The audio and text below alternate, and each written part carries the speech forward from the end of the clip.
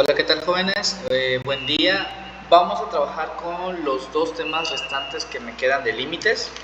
En este caso trabajaremos con límites infinitos y límites al infinito. Van a hacer un video con un ejemplo de cada uno de los casos para que sea más sencillo de identificar. En este caso se dice que límites infinitos es cuando el resultado como tal de ese límite no existe y las gráficas de esas funciones tienden a irse hacia el infinito positivo, hacia el infinito negativo o a ambos infinitos al mismo tiempo. ¿Eso qué quiere decir? Por ejemplo, en esta función que tenemos, que es el límite de x cuadrada, de 1 sobre x cuadrada, si ustedes intentan hacer el gráfico, lo que va a pasar es que conforme nos vayamos acercando hacia el 0, del lado izquierdo la gráfica va a tender a subir, subir, porque estamos acercándonos hacia el 0 y se va a disparar. Entre más te acerques al 0, más se va hacia arriba, y lo mismo va a ser del lado derecho. Entre más nos acerquemos, más se va a ir hacia arriba. Entonces, el límite como tal no existe. Y en este caso, lo que podemos concluir es que el límite es infinito positivo, ¿vale? Es un más infinito, porque precisamente se tiende a disparar los valores.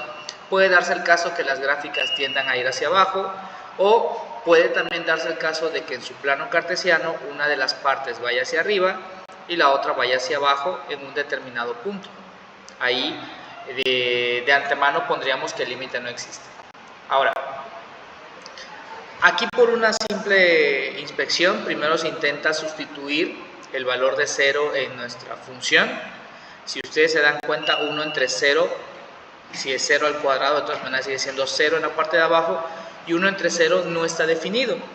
Por lo tanto, el primer intento de calcular el límite, pues fallamos.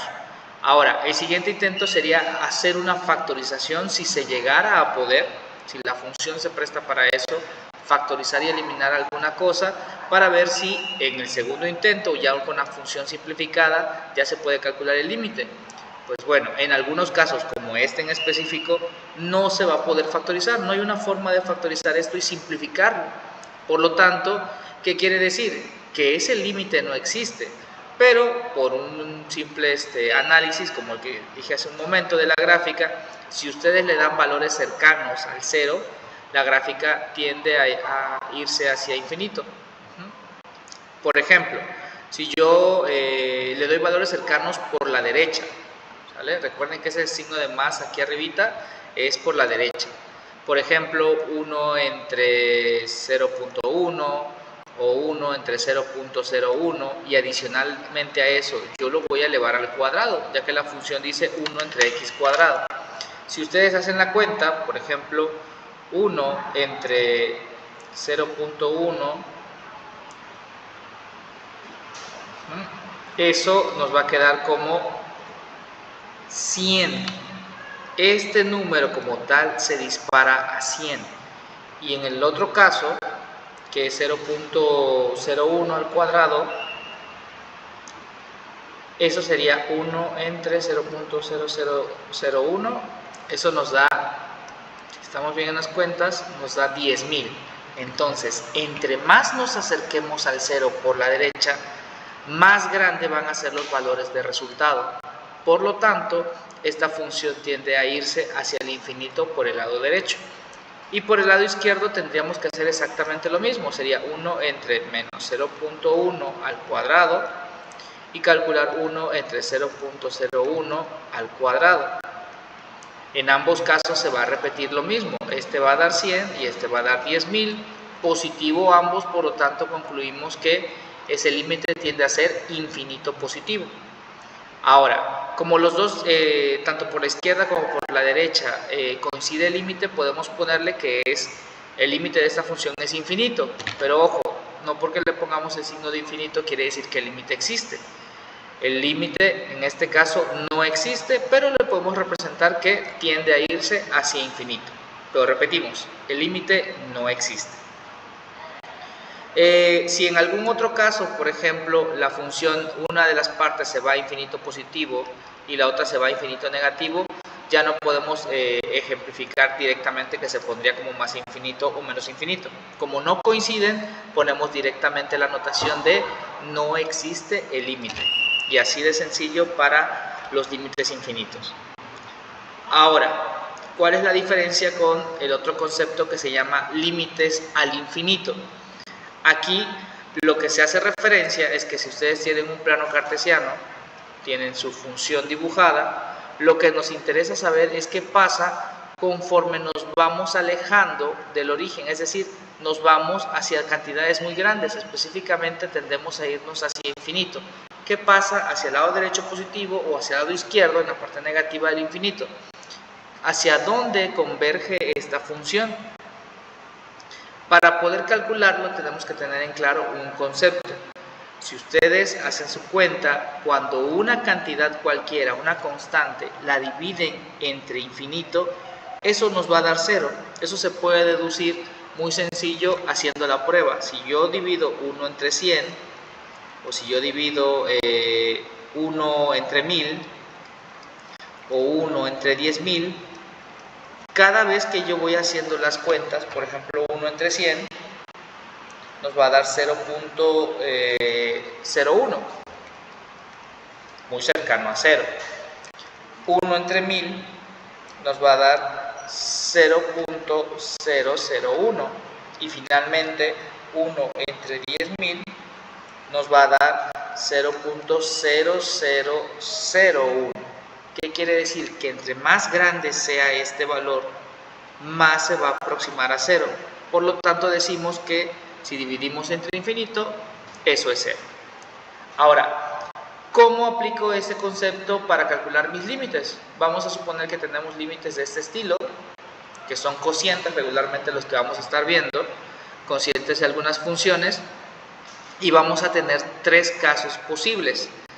Cuando en la parte de arriba el exponente de la x sea el mayor, como por ejemplo aquí arriba tengo una x cúbica y acá abajo el más grande es x cuadrada, el que gana es el x cúbica. El caso 2, donde el exponente de x mayor está en la parte de abajo, aquí tenemos exponente 1 y en este caso el de abajo es un exponente 2, el que gana es el de abajo. Y el caso 3, cuando tengamos un empate, como por ejemplo aquí tenemos un x4 y abajo también hay un x4, son los más grandes en ambas partes, arriba y abajo, por lo tanto tenemos un empate. Ahora, ¿cómo se resuelve cada uno de los casos? Similar a lo que voy a hacer en el caso 1, se va a aplicar para los casos 2 y 3. Lo primero que tienen que hacer ustedes es identificar cuál es la x con el exponente más grande. La x con exponente más grande es el 3, x cúbica. Lo que vamos a proceder a hacer nosotros es, cada uno de los términos, cada uno de ellos se va a dividir entre ese exponente, esa variable con ese exponente. Ahorita lo voy a escribir aquí. Cada uno de ellos va entre x cúbica, ¿vale? Pondríamos aquí entre x cúbica, entre x cúbica, entre x cúbica y entre x cúbica. Todos van divididos entre el exponente que encontramos de mayor valor. Tratamos de simplificar algunas cosas. Por leyes de los exponentes sabemos que si es x a 3 arriba y x3 abajo, prácticamente esto se elimina, ya que en la división los exponentes se restan. 3 menos 3 es 0, este se va, me queda 2. Más, si yo tengo exponente 1 y este tiene exponente 3, podemos decir que esto quedaría como, cancelo uno de arriba con uno de abajo, en la parte de abajo me van a sobrevivir 2. En este caso de aquí va a pasar algo similar. Yo tengo 2 arriba y 3 abajo. Si yo cancelo 2 y 2, en la parte de abajo me va a quedar solamente 1. Arriba, recuerden que aquí iba acompañando a la x cuadrada, ahí va un 1, su coeficiente. Solo que regularmente no se pone, a menos que quede vacío como fue este caso. Y finalmente, para el último término tenemos exponente 1 y abajo exponente 3. Si yo cancelo uno de ellos, arriba sobrevive el 3 y abajo, que eran x cúbicas, se convierte en x cuadrada. Y a eso le tenemos que calcular el límite cuando x tiende a ser infinito. Ahora, precisamente hacemos como una especie de sustitución en la que decimos, yo voy a poner 6 entre infinito cuadrado, 1 entre infinito y más 3 entre infinito cuadrado nuevamente. Como dijimos hace un momento, dividir entre infinito va a tender a ser 0. Por lo tanto, dividir entre infinito cuadrado, pues aún peor, va a ser 0. Así que esto se va a 0, esto se va a 0 y esto se va a 0. ¿Qué sobrevivió? En la parte de arriba sobrevivió un 2 y en la parte de abajo, como estos dos son ceros, tenemos esto. Cuando esto ocurra, cuando hay un 0 en la parte de abajo, ya sabemos nosotros que no se puede dividir y por lo tanto concluimos que el límite no existe. De manera similar, vamos a aplicar el concepto para el caso 2, donde el exponente más grande está abajo. El más grande de ellos es el exponente x cuadrada. Cada uno de los elementos se va a dividir entre x cuadrada. ¿Qué quiere decir? Que tendríamos 3x más 2 entre, recuerden, calculando el límite cuando x tiende a ser infinito, y abajo tenemos x cuadrada más 2x, todo va dividido entre x cuadrada. X cuadrada y x cuadrada. Vamos simplificando. Se supone que esto quedaría como el límite cuando x tiende a ser infinito.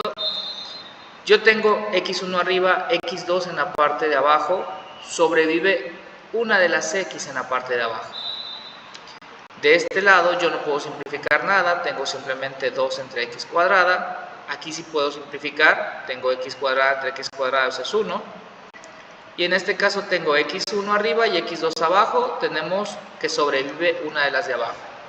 Y procedemos con la sustitución que hicimos hace un momento. Para el caso 1, tendría yo 3 entre infinito más 2 entre infinito cuadrado sobre 1 más 2 entre infinito.